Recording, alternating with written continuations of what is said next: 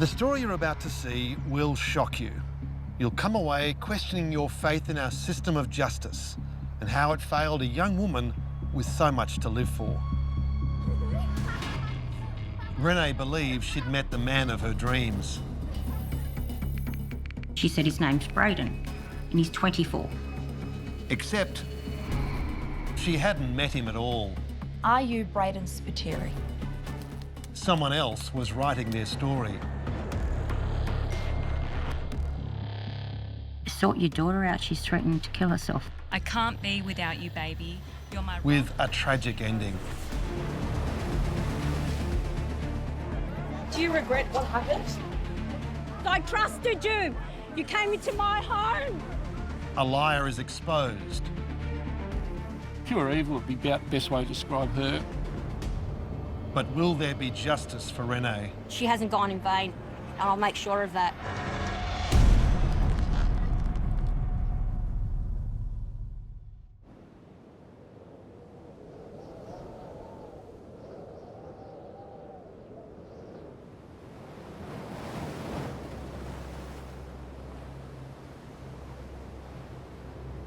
The Gap in Sydney's eastern suburbs. It's a dramatic and foreboding place, the scene of up to 50 suicides a year. In 2013, 20-year-old Renae Marsden took her own life on the day a turbulent 18-month relationship ended. It came as a terrible shock to her parents, but over the following weeks and months, they would discover that Renae and their entire family had fallen victim to a monstrous deception.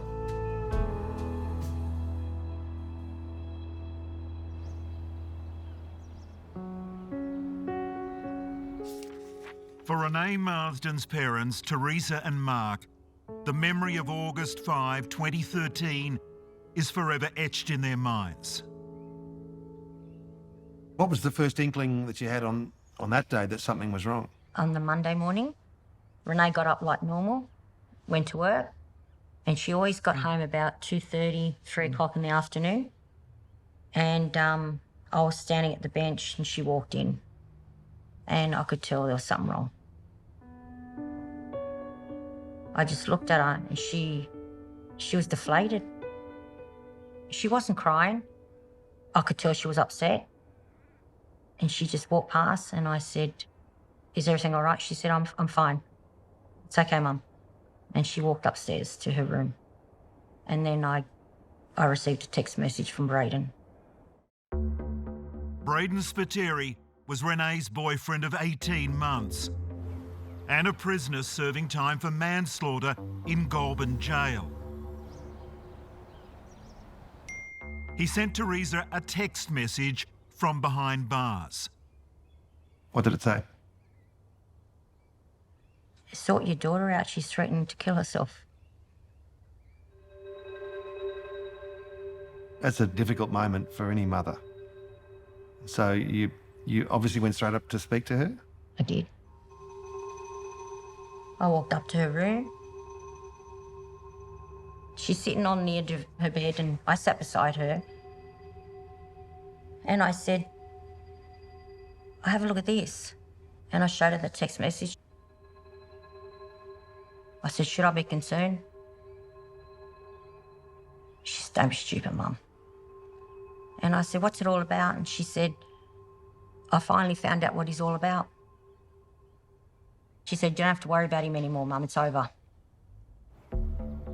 Brayden had been in jail for most of his relationship with Renae. They'd only ever communicated online and had never met in person. But that hadn't stopped him taking her on an emotional roller coaster. Brayden's blunt breakup message to Renae signalled the end of their relationship. Or at least that's what her parents thought. What they didn't know was that Brayden would exchange a further 91 text messages with their daughter that day. Went back up to her room to check her and she's getting changed. And I said to her, "What are you doing?" She said, she's reapplying her makeup. And I remember saying to her, she was pinning her hair up. And I said to her, why you got such beautiful hair, Renae? Why don't you just leave it down? It's beautiful, you know? She said, no, Mum, I'm just going out to dinner with the friends from work. It's all good. I said, okay. I said, you going to be long? She goes, no. You know, Renae was never out late. If Renae went to dinner... I'd be home at 9:30. Renae gave Teresa every impression she was okay before she left home. Teresa had no idea that her daughter was driving towards the Gap, Sydney's most notorious suicide spot.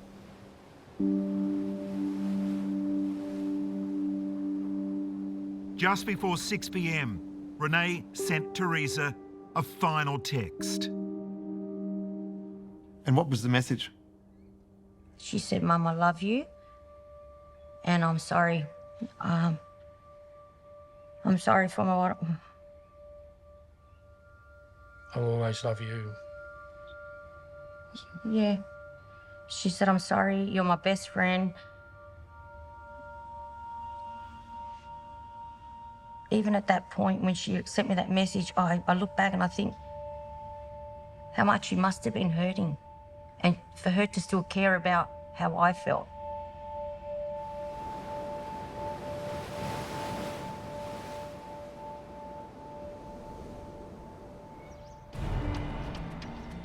Alarmed by the message, Teresa drove to a friend's house to discuss it with her. Once I showed my friend that message, she said to me, I think maybe we should ring the police. And they put out an alert to see if they could track her down. The police began their search, and it was soon revealed that Renae had sent 2 other texts. One to Brayden, who had just dumped her, and one to her best friend of 5 years, Camilla Zaydan. I actually called Camilla the night Renae went missing, and I asked her, I said, have you heard from Renae? And she said, yes. She received a text message from Renae, and I said, what did it read? And she said that she loved her and that she was sorry. And she said, what's wrong? I said, Renae hasn't come home. She said, not a problem, I'll come and pick you up and I'll drive you around to where I think Renae would go. And I said, fantastic. So she did. She came around here and she picked me up with her mum. We drove to McDonald's, where she thinks Renae would have went. And she also took me to Brayden's sister's house. Apparently lives in Glenhaven. So we drove up to this house. I went to get out the car and she said, well, Renae's car's not here and I don't think Brayden's sister lives here anymore, so she's obviously not here. Meanwhile, the police had wasted no time tracking Renae's phone to Watson's Bay, near the Gap. We had the police come round about 9 o'clock and said to us, more or less at that point, it wasn't good. We can't find her. We're searching the area, but we can't find her. And we found her car. We've taken the car. I got upset that they took the car because I thought if she's gone for a walk and she comes back, her car's not going to be there. She won't know what to do. Did the police tell you what they found in the car? No. No. They didn't? No. Inside Renae's car was a Valentine's card from Brayden and Renae's old iPhone, which she had stopped using 2 months earlier. Police also discovered that Renae had used her finger to scrawl, "I love you, Brayden," on one of the car windows. You and I drove down there, didn't we? We were panicking. We were worried. We went down and did our own walk around, trying to find her, calling her name. We probably spent 2 hours. I think we got a few hours sleep and then we went back again in the morning. And we found a pair of shoes. Yeah. I did find her shoes. I picked them up and I looked at them. I got quite upset and I think behind me was a police officer come up and she took them off me and told me to put them back and she removed me from the scene.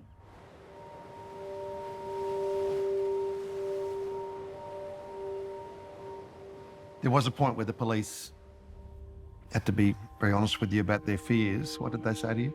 The police said go home, virtually go home and prepare a funeral. Renae's body was never recovered. It was most likely swept out to sea after she jumped.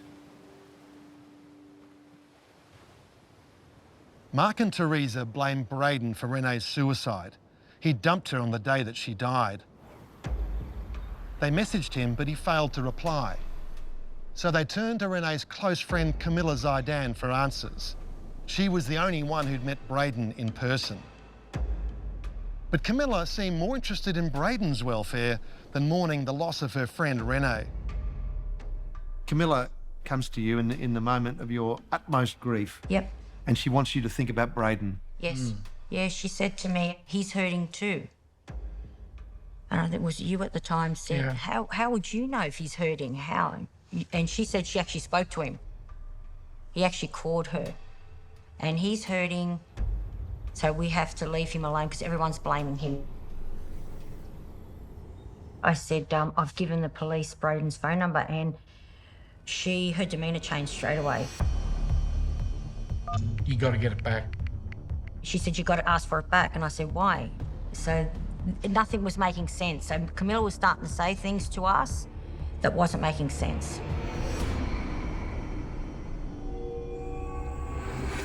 Next, He said, oh, there's an app that can help us.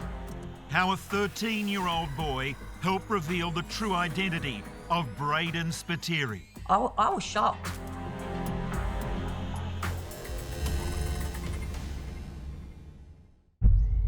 Renae Marsden took her own life on the day her boyfriend Brayden Spiteri dumped her from his jail cell.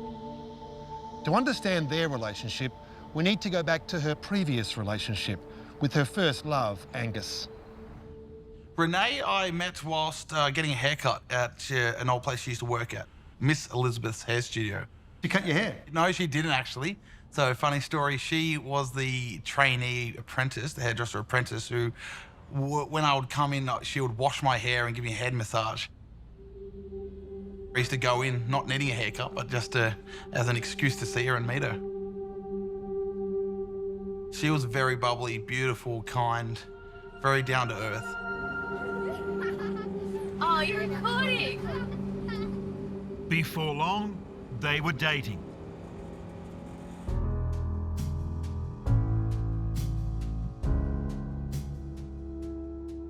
And you made plans together. You had a contract together.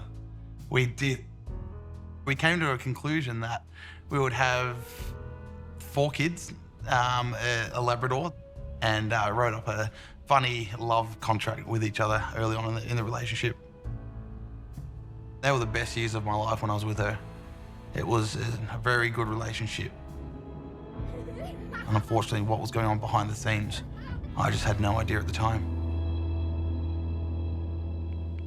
Behind the scenes, Renae's close friend Camilla was bad-mouthing Angus.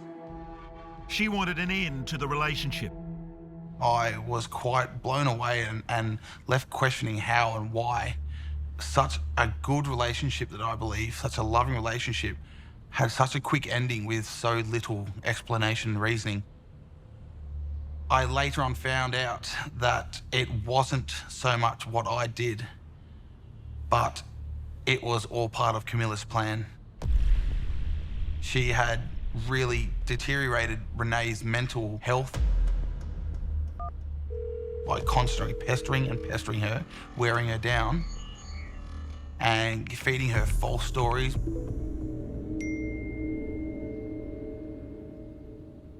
The night she came home, told me she had just broken up with Angus. We sat at the end of her bed and she was just crying, she was sobbing. And I said, what's wrong, Renae? She said, I just told Angus it's over.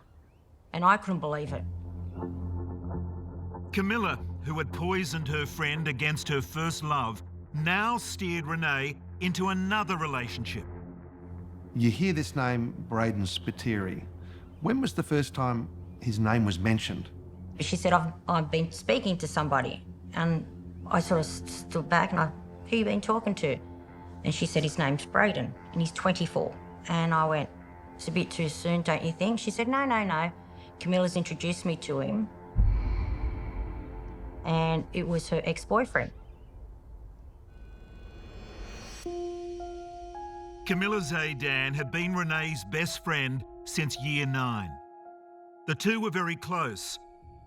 So when Camilla introduced Renae to Brayden Spiteri via text and social media, he seemed like a good match for her next boyfriend. She couldn't see Brayden or talk to him, but there was a reason for that. Camilla had told Renae he was involved in a motorcycle accident. His best friend was on the back of that bike. He was killed, and Brayden was sentenced to manslaughter, sent to Goulburn jail. But Camilla had arranged for a phone through his lawyers. The family was very wealthy, and he can keep in contact with Renae.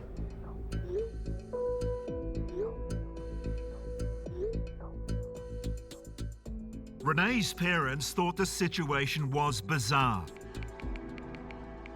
but they wanted to support their daughter. All you're interested in is your daughter's happiness. Yeah. And this person seemed to make her happy. Yeah. 100%. He was saying to her everything she wanted to hear. Well, Everything that's she wanted right. to hear. He knew that she wanted, what her goals were. She wanted to get married, wanted to have kids, wanted that life. He knew all that. Camilla told Renae she could not see Brayden in jail because he'd given up visiting rights in exchange for a reduced sentence. Camilla claimed Brayden had illegally obtained access to a mobile phone but could not make voice calls. The only way to contact him was via text and Facebook. Their dialogue was intense and took over Renae's life. At one point, I sent a message to Renae through Facebook, and he responded. And that's when I first found out he had her passwords. And I said to him, I don't want to talk to you. I want to talk to my daughter. So you need to leave. And she said, Mum, that's Brayden. And please don't speak to him like that. I said, well, it's true, Renae. If I want to have a conversation with him, I'd contact him. I don't want to contact him. I want to speak to you. So he started to come in between Renae and I, yeah. Brayden hated that Teresa kept in touch with Renae's ex-boyfriend, Angus. I made a comment on Angus' Facebook profile. He had done something and I liked it. Brayden, he sent me a nasty message and it said, how dare you? How dare you like your daughter's ex-boyfriend's message? What sort of a mother are you? And he called me an unfit mother. He made me feel so bad. I was shocked. It was the first message that I've received from him. And I'm reading this thinking, what young man speaks to a girl's mother like that? But at that point, I didn't want her to pull away from us. I still wanted to have that relationship with her. So I said to Mark, let's just let it go.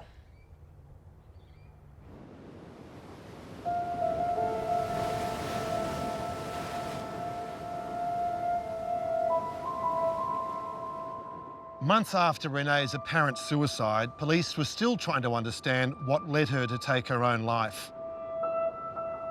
The answer could have been in her new mobile phone, but that went into the ocean with her. Police still had her old handset, but they couldn't unlock it, and so that was returned to Mark and Teresa. This was a crucial moment, which would lead the Marsdens to the truth about Renae's relationship with her boyfriend, Brayden. The Marsdens' 13-year-old son, Luke, had a friend who believed he could crack Renae's old phone. He said, oh, there's an app that can help us. Got online.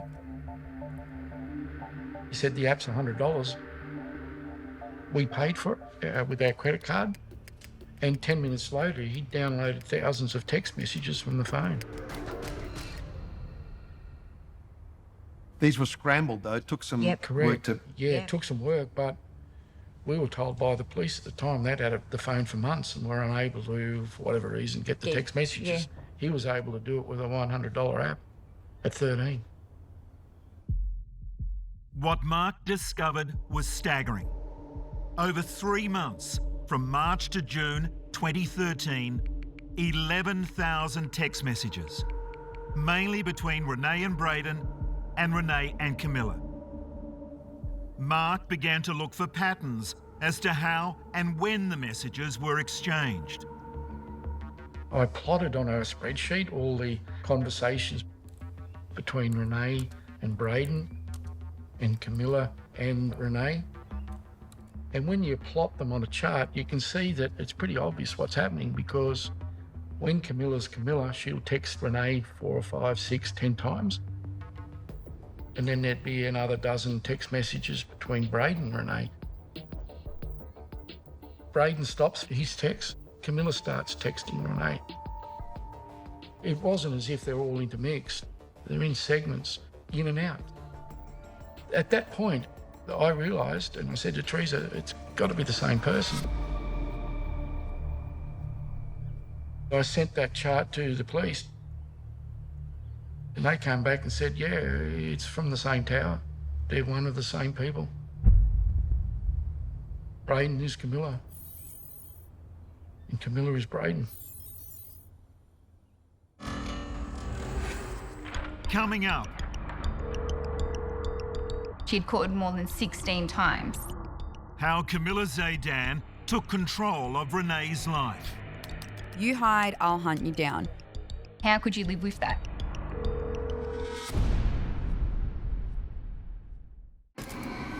Mark Marsden has just discovered that Renae's boyfriend Brayden Spiteri does not exist.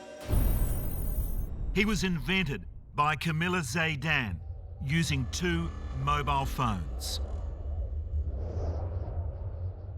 2 phones, personal phone that Camilla uses to text everybody, all her friends, and 1 phone dedicated solely for correspondence between Brayden and Renae. And you realised at that moment that Camilla had been in total control of Renae's emotions, your whole family's emotions. Yep, And friends, everybody. everybody. With a story that was so well put together, it's faultless. It would have taken a lot of time for her to put it all together, because even now I look back on it and I don't think I could have written a better script myself.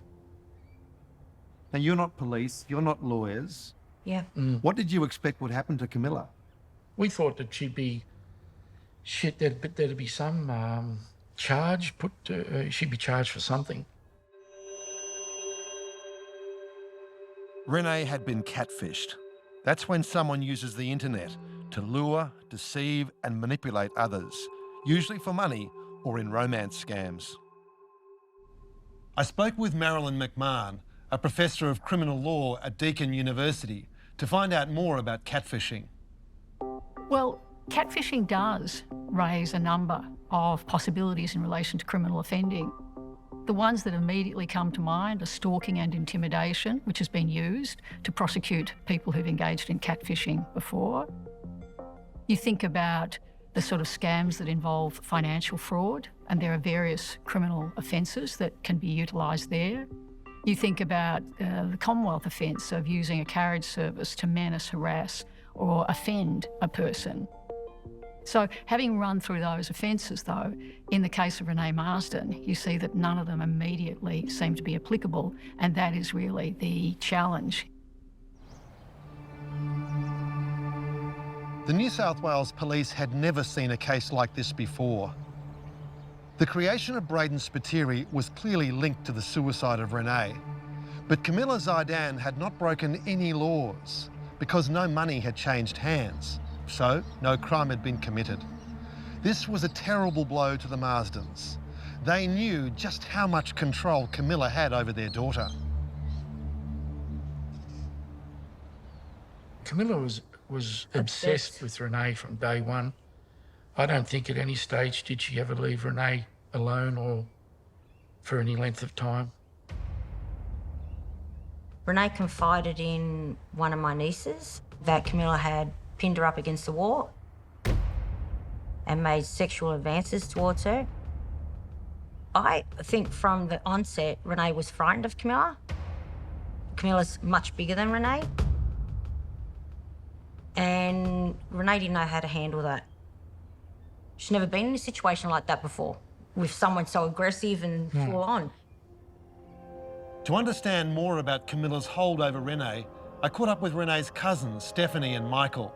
Stephanie went to the same high school as Renae and Camilla. And did you ever know Camilla? Yes, I did. So I met her in year 8. She was magnificent at driving a wedge between Renae and I for about 3 years. Why?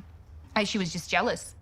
She didn't want Renae to sleep over my house anymore. She didn't want Renae to come to the movies with me or to parties with me, to go out clubbing with me. If Renae did have a sexual relationship with Camilla, it was brief. Renae was interested in boys. When she left school in year 10 and started dating a boy, Camilla's jealousy flared in a chilling prelude of what was to come. I swear to God, kid, you're going nowhere. Do you understand? You abuse me, I'll laugh. You kill me, I'll be your ghost. You hate me, I'll still love you. Run away, chase you. You hide, I'll hunt you down. When Renae enrolled in a hairdressing course at a local TAFE, Camilla soon followed suit. And whenever Camilla could not physically see Renae, she stalked her on the phone. Renae and I were travelling to Bondi. It's about a 50-minute car ride from where we are. And in that time, she had called more than 16 times. And I just remember thinking, like, you've got to be joking. Like, what? Who in their right mind calls 16 times? Like, even somebody in an emergency wouldn't call an ambulance 16 times. And Renae was just like, it's all right, don't worry about it. And I just had like anger against it because I couldn't understand how could you live with that? And that was just 50 minutes. Like, can you imagine a whole day? You wouldn't have any free time. And if you did, you'd have so many different thoughts going through your head. Camilla even saw Renae's mother as a threat. I think deep down she despised the fact that Renae was so close to me. And that showed in the fact that Renae, on Mother's Day, she got a tattoo and she had my name. I'll never forget it. I nearly died. I thought, why would you do something like that? But she had down one side of her, down her side, didn't she? Down her torso. Life is beautiful because of you, Mum. And then she had my name. And Camilla did everything in her power to have Brayden's name put on her. Renae agreed to get a fresh tattoo of Camilla's alter ego, Beast Spiteri, inked on the right side of her chest. This was just 3 months into the relationship. Camilla was now inside Renae's psyche, manipulating her friend's emotions at will for her own amusement. However, she also knew when to pull back. There's a period where it stops. How did that happen? That stopped because of my comment to Camilla and to him. I said to the both of them, if you were half a man, you would leave my daughter alone while you're in prison. And he then said to Renae, I agree with your mum. I think it's only fair that you sort of do what you got to do, but when I get out, you're mine. And she agreed. And then she started to go out. She met with one of the gentlemen at work and she started a relationship with him. Tell me about Ian. She said, Mum, I've met somebody. And I said, okay, great, fantastic, tell me about him. And she said, he's a lot older than me, 12 years, I think it was. The Marsdens were delighted. Ian treated Renae well and made her happy. However, it was only a matter of time before Camilla reactivated Brayden.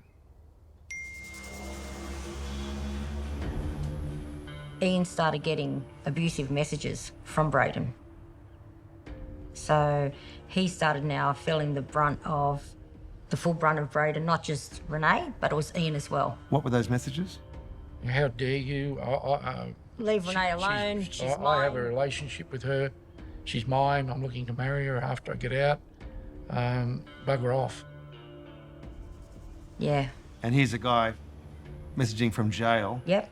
In a threatening manner. Yep. Ian's just your average guy. He's not used to this. Yeah. What was his reaction? He couldn't believe it. He was saying to Renae, you know, like, get rid of this guy. Get him out of your life. He gave Renae that ultimatum because he couldn't stand the fact that he was getting all these abusive messages either. But Renae chose Brayden.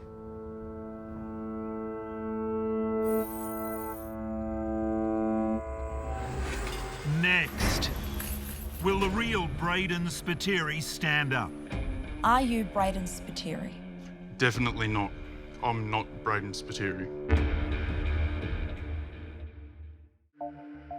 Police searched Camilla Zaidan's home in relation to Renae's death. They seized her mobile phone, but she'd already deleted most of the messages she'd sent in the guise of Brayden Spiteri. Police did find the photo that Camilla used to create Brayden in the first place. A current affair tracked down the man in the photo. Tonight, the face behind the fake identity speaks out. Are you Brayden Spiteri? Definitely not. I'm not Brayden Spiteri. The man in the picture is Cameron Lang. I've now got an image put out there that's an image no one wants to be associated with. Did you ever know Camilla Zaidan? No, I don't remember ever meeting her anywhere at any point in time. Cameron later thought the photo may have been taken at a night spot years before. He was also collateral damage. Camilla shamelessly continued to lie to Teresa. Well, you look back, what was her demeanour through this period? Well, she was always the same. You know, Brayden loves Renae, Brayden misses Renae. And, you know, when we'd ask her how she'd know, well, she talks to his lawyers. She always had contact with his lawyer. So I never questioned it because I thought he must be a family friend. The closer Renae and Brayden became, the less Renae wanted to do with Camilla. She was tired of Camilla's psychological warfare and wanted to end their friendship. She planned to do this when Camilla went on holiday to the US. She was gone for a month.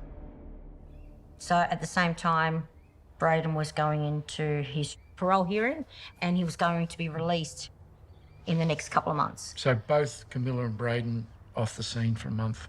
Renae had told us that Brayden won't have his phone because he'll be in his parole hearing. Camilla obviously not going to have hers because she'll be in the States.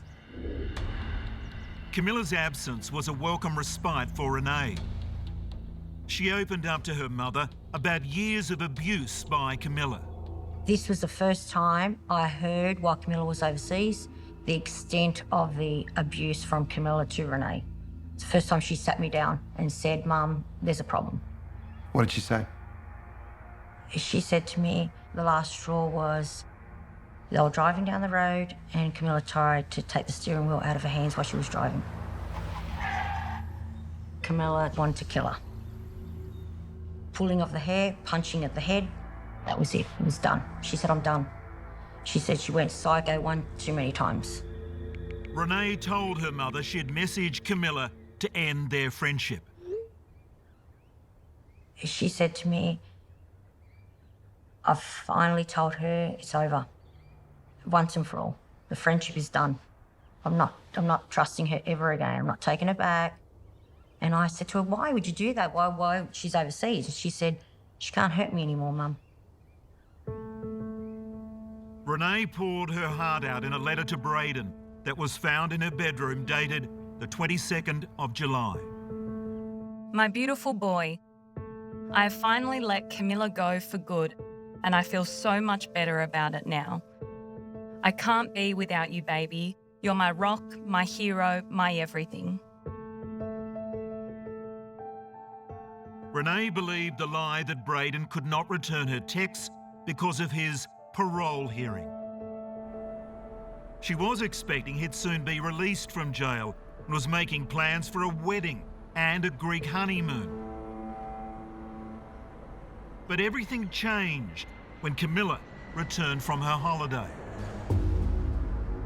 While Camilla was away, she had no access to her mobile phone and only read the messages Renae had sent to Brayden on her return to Sydney. Renae was planning a life with Brayden that didn't include her, so Camilla moved fast to re-exert her control. On August 13, she decided that Brayden would dump Renae, so she sent a text to Renae from Brayden saying, "I think I need a break, and so do you." This was perfect opportunity for Camilla to end it all. And on the course of that day, the way she broke it up, I think, was blunt and brutal. And I think that is what made Renae so distressed, is the manner in which Brayden broke it off with Renae. And then Brayden started his barrage of text messages to Renae. And they would have been quite abusive because by the tone of the message I got from him, I can imagine what he sent her. Camilla, posing as Brayden, exchanged 91 texts with Renae on the day of Renae's death. Only Camilla knows the content of those messages. But we do know they drove Renae to take her own life. And we do know that Camilla knew the risk, because posing as Brayden, she sent a text to Teresa saying, "Sort your daughter out. She's threatening to kill herself." Camilla could have been honest with Teresa and saved Renae's life that afternoon, but instead, she chose to create another false narrative.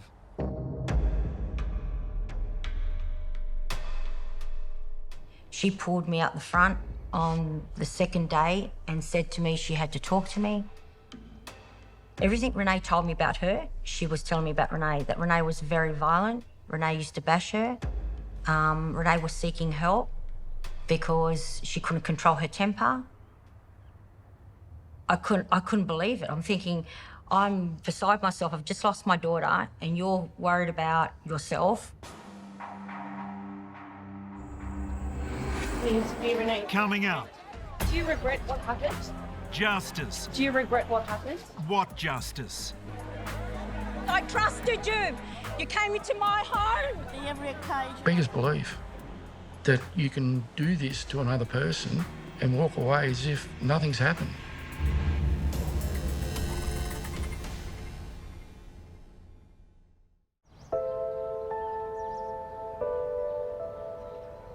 New South Wales Police never charged Camilla Zaidan for her role in Renae Marsden's suicide. The case stood still for 7 years, until after intense pressure from the Marsdens, a coronial inquest was finally held. You're pretending to be Renae's boyfriend. Do you regret what happened? Do you regret what happened? Camilla gave evidence at the inquest, but she was given immunity from prosecution in return for her testimony. Did you go along to the coroner's court? Yes, we did. What were you expecting? I was expecting to Camilla, I guess, tell the truth, particularly when she was granted immunity. I saw no reason as to why she couldn't just tell us. Even if she didn't want to tell us everything, she could have at least told us 50 or 60% of what really happened in the end. Camilla had 7 years to reflect on her actions, but in court, she chose to spin another lie, portraying Renae as a co-conspirator in the creation of Brayden to hide a sexual relationship between them. Camilla Zaidan admitted to the coroner Brayden had never existed, claiming she and Renae had made him up together. We were never going to be accepted. She wasn't allowed to be around me. We made the character that way she was allowed to see me, the 27-year-old told the inquest. The Marsdens were outraged. I trusted you. You came into my home. My home, I trusted you. You could have told me any time. in this ridiculous story, Yep. you expected to believe that Renae had set the whole thing up with Camilla in order to conceal their lesbian relationship from you. It doesn't matter if you're gay, lesbian, but it doesn't matter. If one of my children come home and told me that they were gay, I would love them the way they are. We're accepting. It doesn't matter who you are. While Camilla maintains Renae knew she was acting as Brayden all along, text messages and emails between the pair suggest otherwise. In a text message brought before the coroner, Brayden suggested to Renae that she have sex with Camilla to get her anger out. Renae responded with a firm no. Renae even sent sexual videos and photographs to Brayden and asked him to reciprocate, which of course he never did. Why were you catfishing your friend? Pure evil would be the best way to describe her. You wouldn't think someone could be so evil. All we want to know is just why her. You know, why put our beautiful family through all Luke Marsden was 13 when he lost his big sister. What was it like seeing Camilla give evidence? Can I say that on camera? You can. It's so heartbreaking. I'm sorry. I'm sorry, I shouldn't cry. Just seeing the person that took your sister, it's so difficult.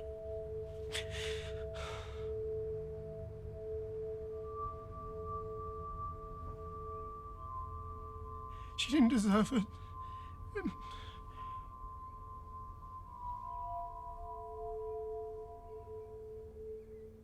Camilla, she had such an opportunity to come clean and she lied to all of us.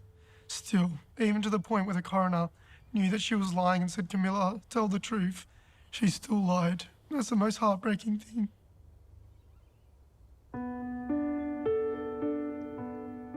Renae's first love, Angus, wonders what might have been if not for Camilla's actions. And you see the damage that was wrought on everybody, including yourself. And at the end of all this, there's no crime. This was something she had planned and executed with military precision over months. It was something that has left people questioning the judicial system at how someone can intentionally do so much harm and damage to so many people and live a matter of kilometres away from the Marsdens, still living her life as if nothing ever happened. And she's moved on. She's now got a husband and kids. She's completely flipped on how she used to see herself. And she's now living a happy life as if none of this ever happened. We still see her up the local supermarkets at Jewel. Bump into her from time to time. When we're shopping, don't we? Yeah. It beggars belief. That's the best way I can put it. Beggars belief that you can do this to another person and walk away as if nothing's happened and get on with your life.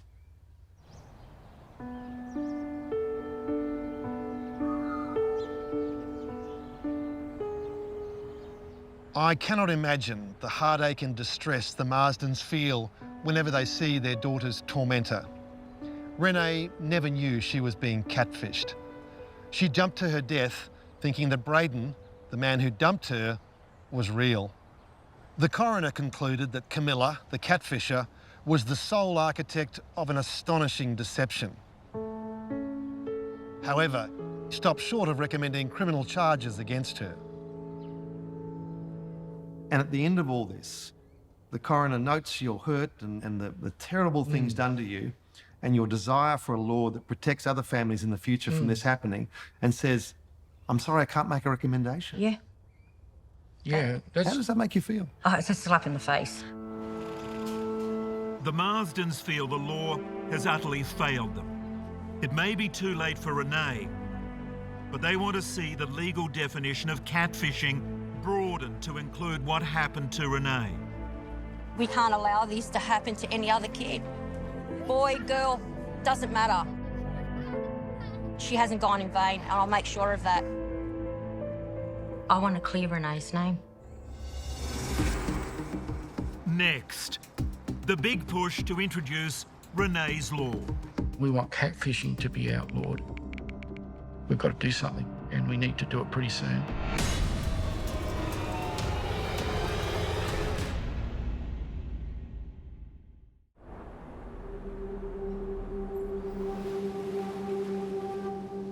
The New South Wales coroner found that Camilla Zaidan was solely responsible for the deception that led Renae Marsden to take her own life. However, police were unable to lay charges against her because they lacked evidence to prove that she or anyone else actually encouraged Renae to harm herself.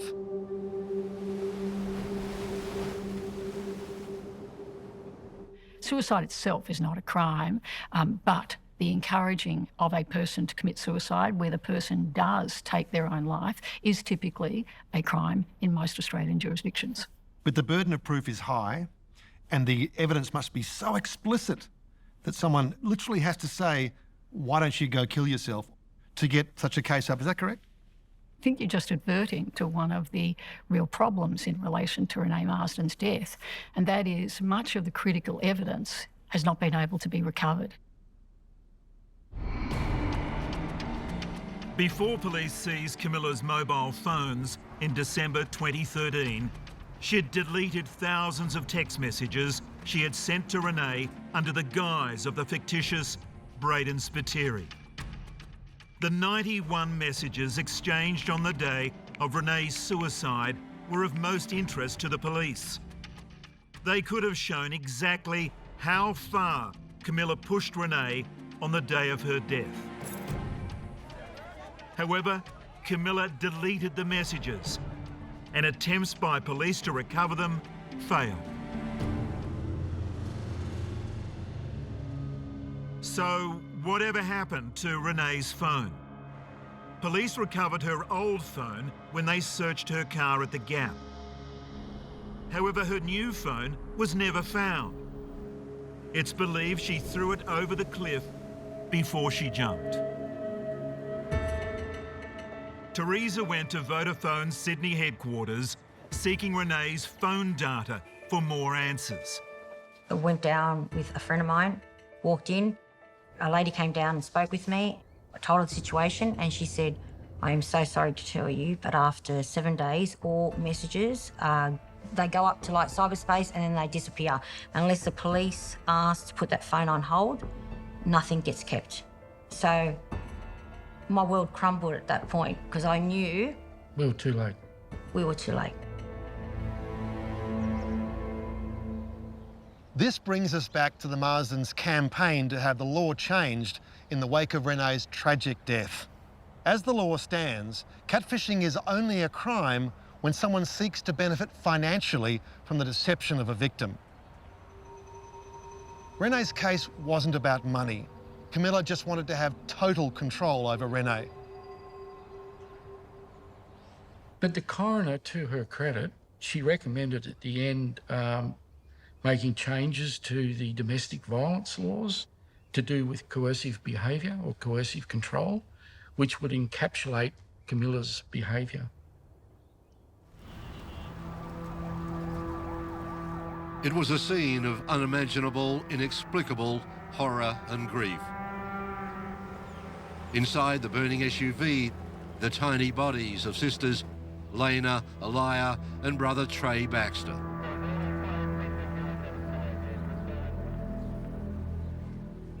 In 2021, the Queensland government announced plans to set up a task force to investigate coercive control laws in the wake of the horrific murder of Hannah Clark and her 3 children by her estranged husband. Reviews into coercive control legislation are also underway in New South Wales and the Northern Territory. Most coercive control offences are limited to the relationships that they cover. Typically, they will apply to persons who are married, or who've been married in the past, who are living together in some form of intimate relationship. When a relationship is conducted entirely through text messages, one of the first questions I think that will arise is, does this fit the sort of relationship that coercive control laws are meant to cover? Now, it may be that it does. I think the fact that they did various intimate exchanges through the text messages, that they planned a wedding, and that Renae had actually booked a session with a wedding photographer indicates a degree of intimacy in that exchange. So I think a coercive control offence remains a possibility if this was to occur in the future. Even if coercive control is covered by new legislation, this wouldn't be retrospective. And it wouldn't be enough to satisfy the Marsdens, who have been through so much. They fear another trusting person like Renae could fall victim to the cruelty of catfishing. We want catfishing to be outlawed, where you take on a false persona and use that to mentally control somebody or mentally abuse them, whatever. That, to us, needs to be made illegal. So it's up to the politicians now, isn't it? Yeah. Yeah. What response have you got from them so far? Everybody agrees this is problematic. It's just getting them to act and do it. What we want to do through the media is to get some momentum there to say, yeah, based on this story, we've got to do something and we need to do it pretty soon. Otherwise, it's not going to go away. The coroner's findings in Renae's case are available online, and I urge everyone to read them. You'll understand how the law cannot protect your loved ones from the same fate. Social media dominates young people's lives, but it's also a new front for criminals and the unscrupulous to harm them. Renae's death is a tragedy that really should inform how social media is regulated. And now it's up to the politicians and the legal profession to find a lasting solution.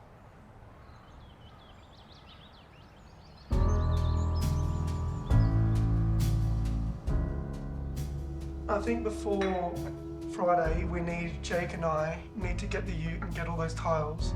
Because as the Marsden family tries to move on with their lives, the trauma of Camilla Zaydan's outrageous deception is still evident. It impacts everybody, every day. We've lost a daughter. I've lost a best friend.